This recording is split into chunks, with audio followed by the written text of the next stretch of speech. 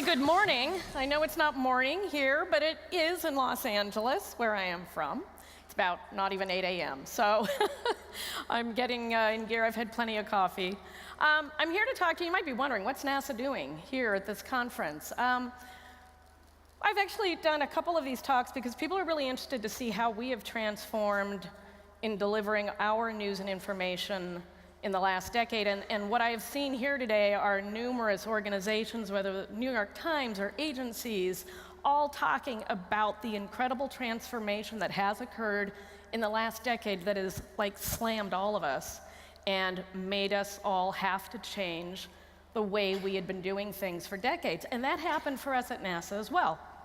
I came from CNN. I came to be head of, basically a public affairs office. I had covered NASA. I knew I loved it. I loved the content. But when I started there, all we were doing were press releases and video news releases. Everything went to the news media. We relied on them to deliver our story. And at a certain point, the news media was no longer there to do it for us. At a certain point, we saw a lot of the reporters were being laid off. We saw entire news outlets, newspapers, magazines had folded, and it became a bit of a crisis point for us to make sure that we could still get all the information out to the public. But we were a bunch of former journalists in my office, and so we rose to that challenge. So let me explain a little bit more about what we did. I want to explain a little bit about that location. That's the Jet Propulsion Laboratory in Pasadena, California. It is one of 10 NASA centers. And you may be familiar with Houston. That's where we have mission control for the International Space Station. You may be familiar with Kennedy Space Center, where we launch all of our spacecraft, most of our spacecraft. And I'm from the center that is located in California. We do all of the robotic exploration for NASA. Not all of it. There are a few other centers that do that as well.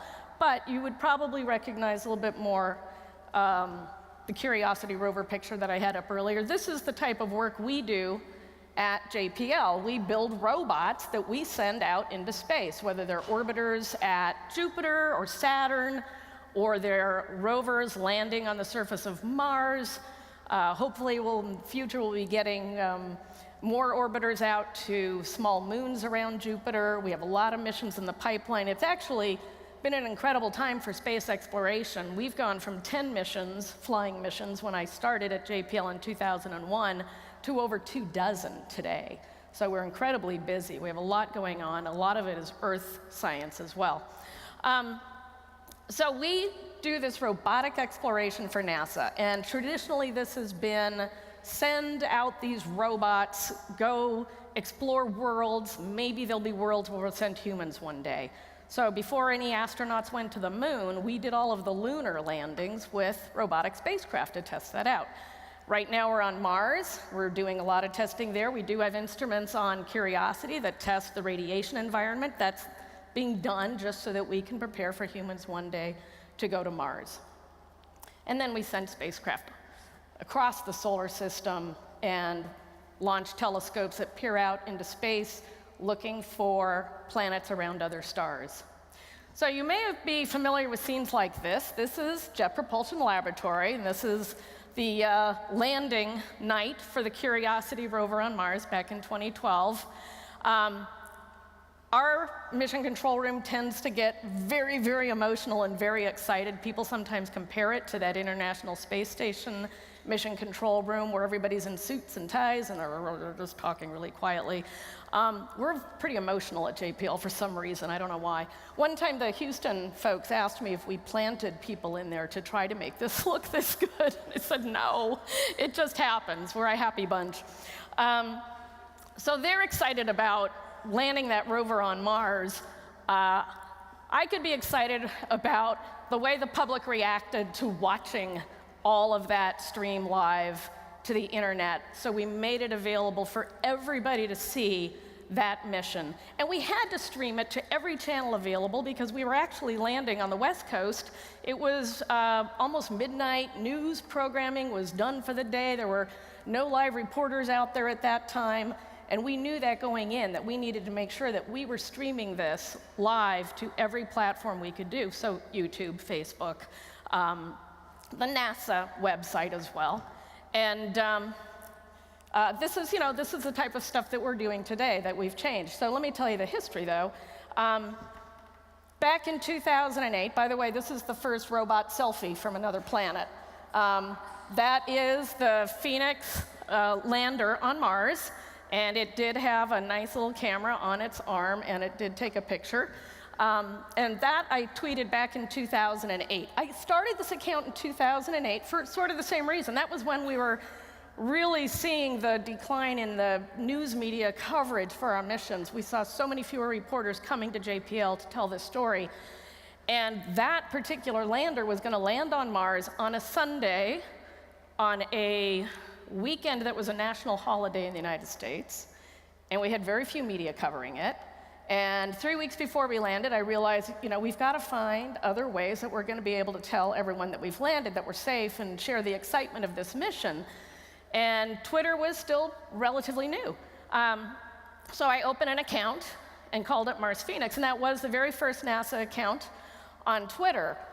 If you're wondering how NASA felt about opening that first account, I didn't tell them. It was I just knew that there was this new platform that we wanted to use, that we wanted to take advantage of. Didn't want to have anyone say, we have to test it first, we have to do some studies, we need to have the attorneys look at this. Just really wanted to get that going. So I didn't put any NASA branding on it at all. I was ready to pull that down if I had to, if NASA got mad at me. And I started tweeting from this account 3 weeks before landing, and then landing night, it exploded. This account became the 5th most followed account on Twitter that year. The mission lasted only about 5 months, so eventually it had to come to an end. But it showed NASA the value of jumping into these new platforms.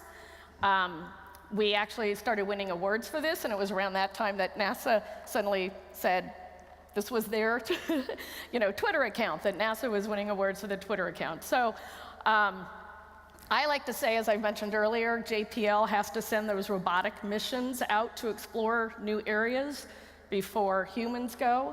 And I now say that we also jump into social media before the rest of NASA to explore that for them and before they jump in. And that's pretty much what happened. We opened up other accounts very quickly in 2008. Cassini, Saturn, that's a mission that recently ended. How many people here saw any coverage of the Saturn mission that we had to dispose of properly by crashing it into Saturn? That is an amazing mission, and it had been in space for 20 years, which is why it was coming to an end. We have an account for the Voyager mission. There's 2 of them, actually. One is in interstellar space at this point. These just celebrated their 40th anniversary since launch. They have a huge following in social media, which we found really interesting because we didn't think that most people on social media were old enough to remember what these spacecraft were doing. But apparently, they are extremely popular. Curiosity had an account 2 years before it landed on Mars. We showed the entire rover being built in our clean room. We streamed it live with a live chat. And we got people very excited about the mission before we even launched the mission. And, a sunset on Mars is a pretty cool thing to be able to watch. The astronaut program and NASA as the agency joined Twitter about 6 months after we put up these other accounts. And of course, the astronauts, they have their own handle at NASA Astronauts, but a lot of them are also on Twitter or other platforms now. They've become very, very engaged. They actually had a little concerns going into it. They were worried about the amount of time it would take. They were worried about being able to vote. You have to devote time to your account. You can't just post. I mean, that's always been our philosophy. You don't just post. We're not pushing out information. We want to have a conversation with people. So it took them some time, but I think they joined in, and obviously many of them do extremely well, and they really enjoy it. So this is the NASA agency footprint today on different social media platforms. We've got millions and millions of followers. It's been amazing, but of course, this is an extremely recognizable brand, and it's a brand that people mostly feel really good about because it really shows the best of humanity. It shows what we're capable of. It shows how we can dream big. We have a saying at JPL, dare mighty things, just always think outside the box. And so we have a great following. And it's not only that, the 20+ millions on all of those platforms, that's the agency account. All those other accounts and a few others that I showed you earlier, they all have over 1 million followers themselves. So I think we're about really double. We're probably about 40 million.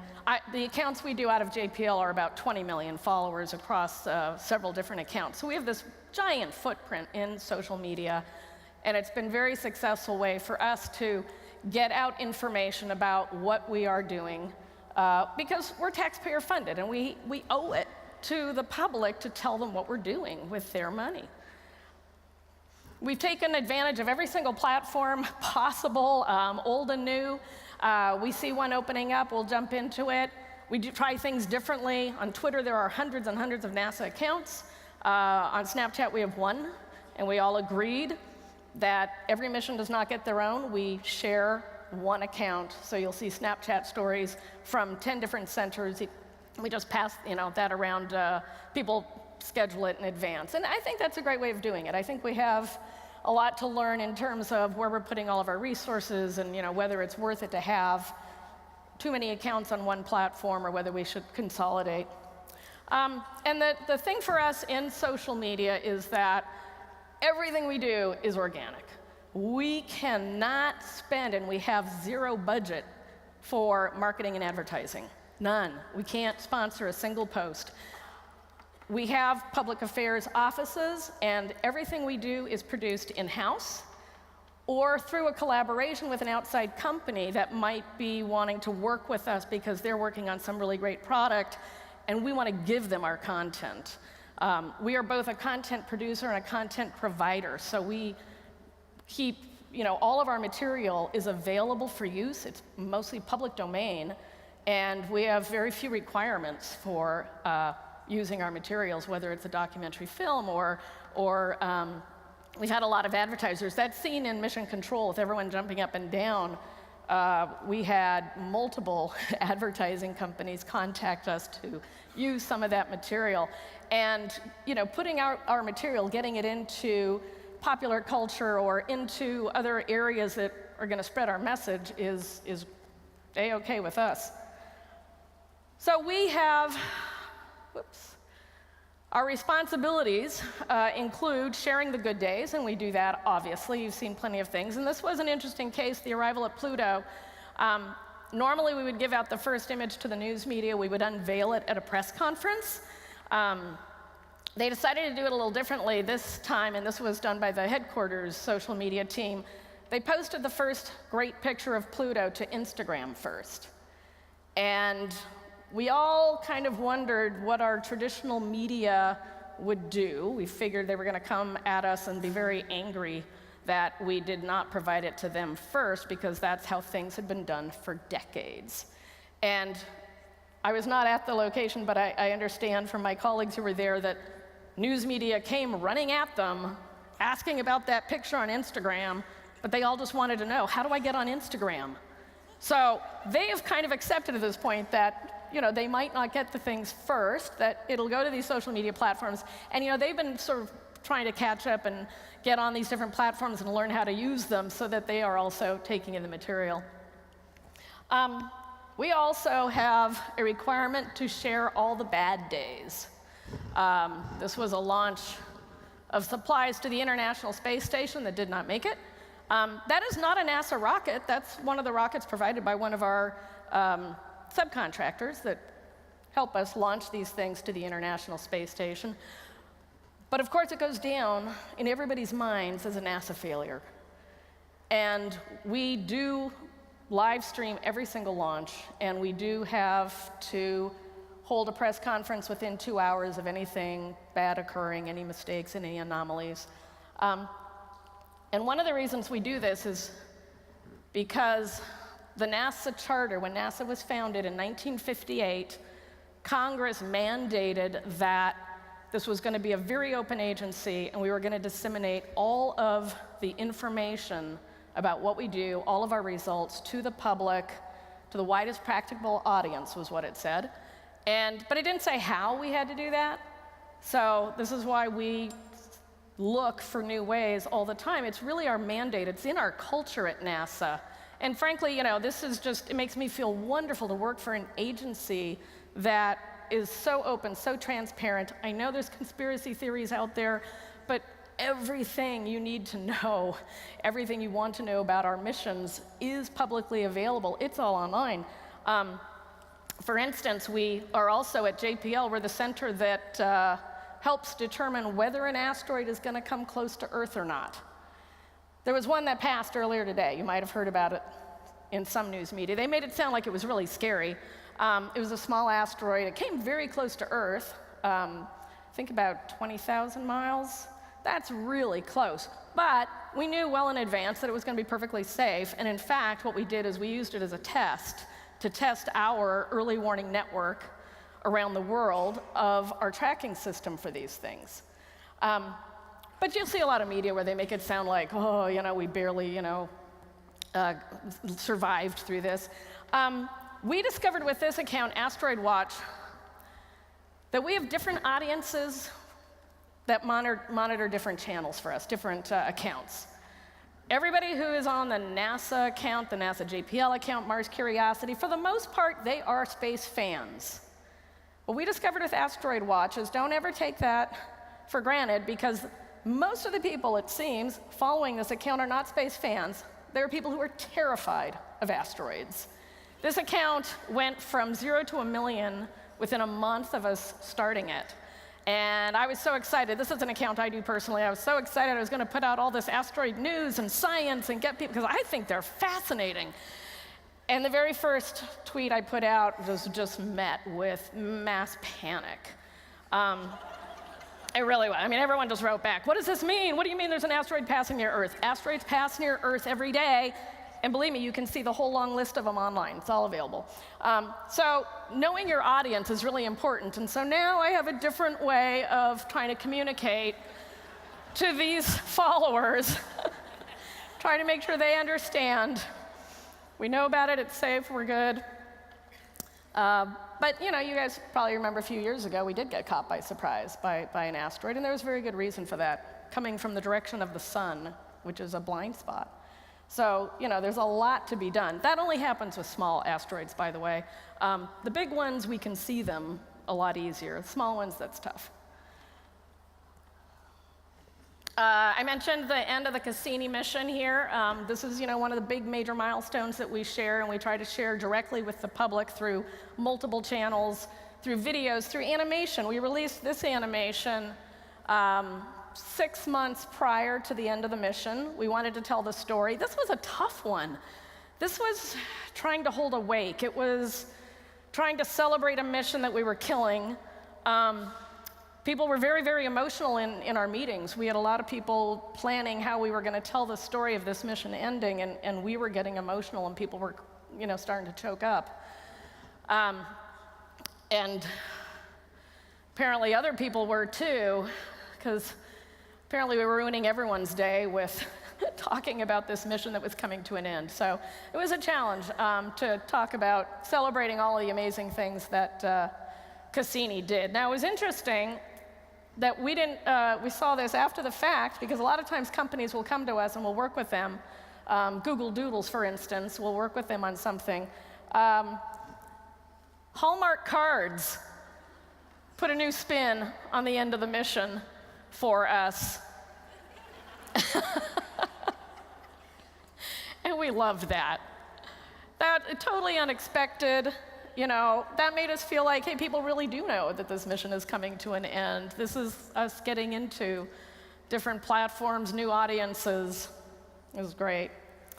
So I'm going to tell you a little about some of the more recent things that we are working on. And one of the things we're really enjoying right now is 360 video. Don't know how many of you in the room are using 360 video in your campaigns. What I have found about 360 video is people love it, but it's really hard to share. So it's getting great views. In fact, our YouTube channel doubled its number of views in 2016 because we started doing 360 videos then. This was our very first one. And luckily, our rovers they do these 360-degree panoramas for us. We just had to find the right platform to put them in. And as soon as Facebook made their 360 player available, we jumped into it. And they were so thrilled that Mark Zuckerberg actually, we got a phone call on a Saturday. Mark Zuckerberg wants your 360 video so that he can post it on his own page. And of course, we did that, and we had 5.7 million more views on it that day. But we look for these opportunities to jump into new platforms anytime they become available. And then we also really pay attention to the feedback that we get. So for instance, after that first 360, people loved it, but they said, but I don't know what I'm looking at. What am I supposed to be paying attention to in this? So more recent ones, we've done some annotations on them so that people can more fully understand exactly what you're seeing when you're looking at a picture from Mars. Oh, and I think there's a comment there. Typical kind of comment we get. I don't know if you can read it there. But that's sort of, we sometimes get so used to our own material, and sometimes we forget that this is what people are thinking when they see this. That's the joy for us for using social media, is that instant feedback. It helps us do better products. It has from the very first day. We changed press releases. We created new products because we realized where we had missed giving people information, stuff we took for granted people knew they didn't know. We're always looking for those sorts of cues coming back in social media.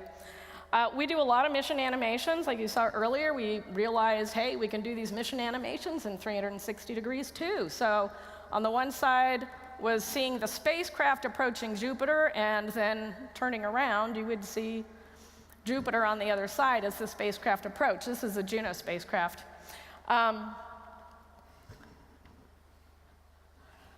So that was taking just a resource that we had and just putting it into the correct file format so we could post it both to YouTube and Facebook.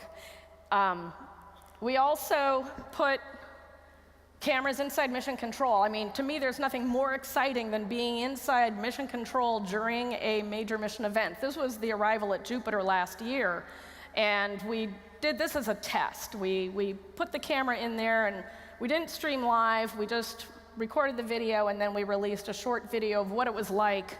I want people to feel like they're just in the room there with everybody, and I think that if we can do this live streaming more often, that this is a really great way to inspire the public to really come along on these journeys with us.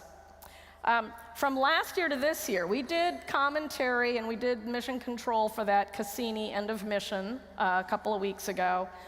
And the technology is changing so quickly that when we did the next one, we did stream live. We streamed live out of mission control for about 2 hours, and this is just a screen grab of it. We were able to do a picture-in-picture insert, a virtual screen inside our 360-degree view, which was our commentated show. Our experts talking about the mission, they're speaking with the commentator, they're showing them the graphics. So you were able to sit in mission control, turn all the way around, look at everybody there, see what they were doing, and then look at the virtual screen and follow the commentary.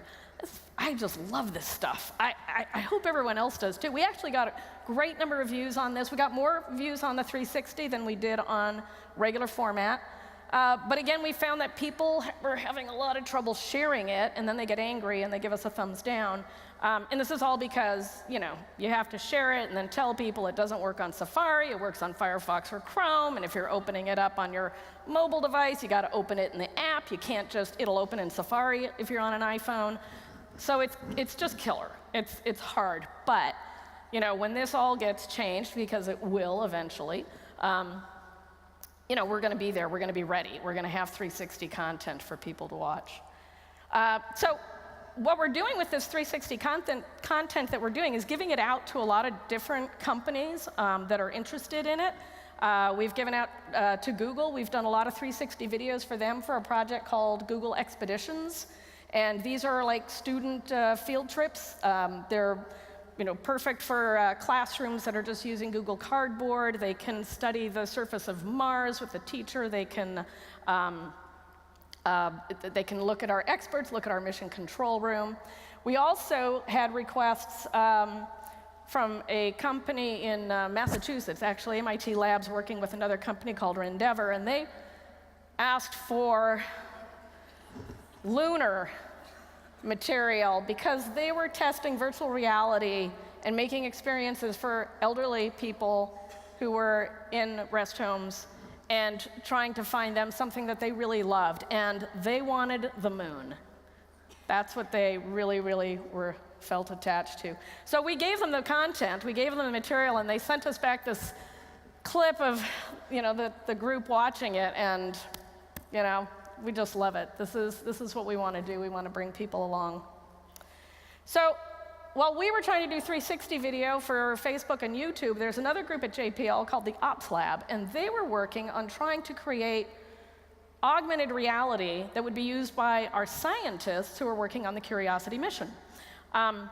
For scientists, and this was their vision that they could have avatars and they could be on the surface of Mars, because Curiosity sends back all this great data, the photos, and all we had to do was put it into a device.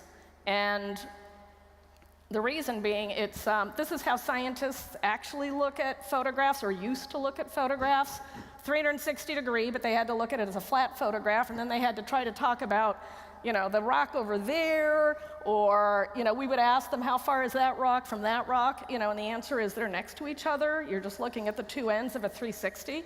So our ops lab tested the scientists and found that they were really having a hard time when they were talking to each other, trying to describe the next area they wanted to go explore. So they wanted to build augmented reality, and what we did is we teamed with Microsoft, and they were coming out with HoloLens, and we worked with them to create an augmented reality Mars experience where you're put on your HoloLens and you are literally transported to the surface of Mars, and you're standing next to the Curiosity rover. And I can't even describe how incredible it is. Any of us at JPL who have tried it for the first time, we're an emotional bunch. We tear up. We're like, this is beyond amazing that we can do this. Scientists now hold weekly meetings on Mars. They can be thousands of miles apart from each other, but if they put on their HoloLens, they go to their workspace, they are on Mars together, they are walking together because they can see each other's avatar, and they're saying, this rock, this is the one I want to study. It's no longer looking at those flat panoramas. So this is just amazing, and it was so amazing. The first thought that came to all of our minds was, this is great, but we have to make it available to the public. How do we do that? So we did a test at Kennedy Space Center, and we created first of all, we got who else but Buzz Aldrin to be our host. And we created sort of a canned experience that could be played on HoloLens that we could have the public put on and see what it was like. And I'm going to show you a video here of, watch their faces.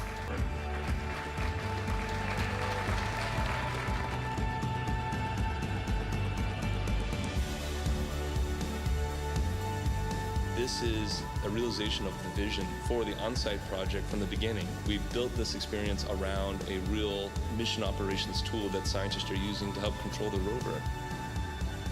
It's really exciting to see the smiles on the faces of people coming out of the exhibit.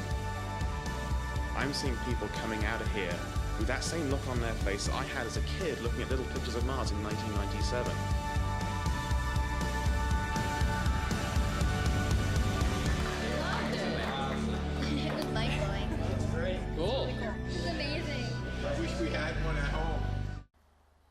So we did that at Kennedy Space Center for about 3 or 4 months. We had this open, and the feedback was incredible. People loved it, but it's kind of hard to run as an experience at an amusement type area, science museum. You can only get a few people in. It's kind of a time-intensive thing to set up. So the goal has still been, how can we make this available to everybody? And we are working on that, and I think it will be available very soon for anybody to be able to walk on Mars. And imagine what that's going to be like. I mean, our goal is to inspire the next generation of explorers. Our goal is to open up these worlds to everyone to explore.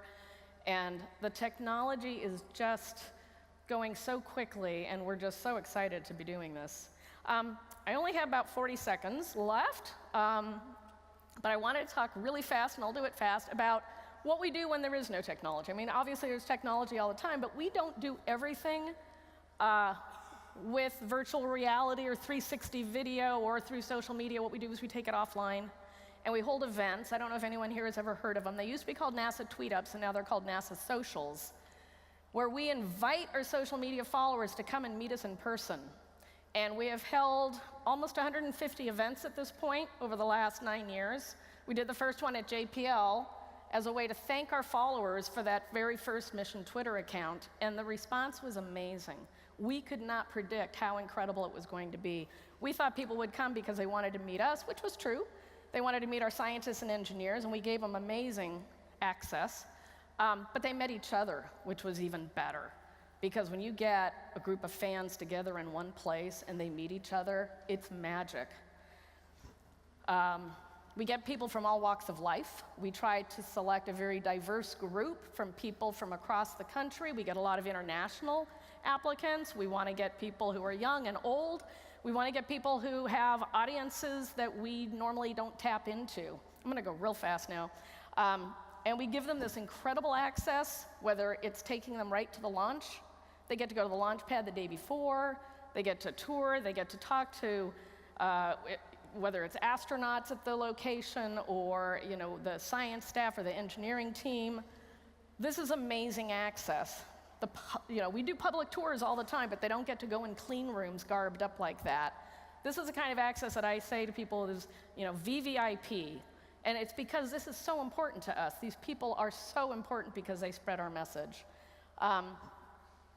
The type of engagement we get is amazing. They ask the best questions, often many more questions than we get through traditional media. Let me go through here.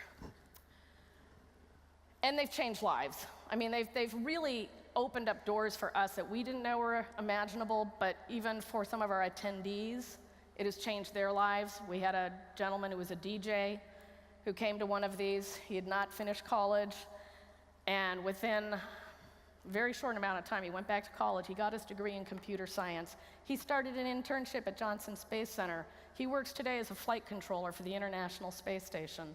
He's one. We have several others who we have hired in after they've gone through these experiences. So I'm going to leave you pretty much with this, that what we're trying to do, whether it's through VR or 360 or in-person events, what we're trying to do is transform our fans and our followers and our consumers of our products into these very empowered ambassadors for us who go out and help to spread our message and hopefully engage people just as we do, but by amplifying our message. They are a force multiplier. And with that, thank you very much.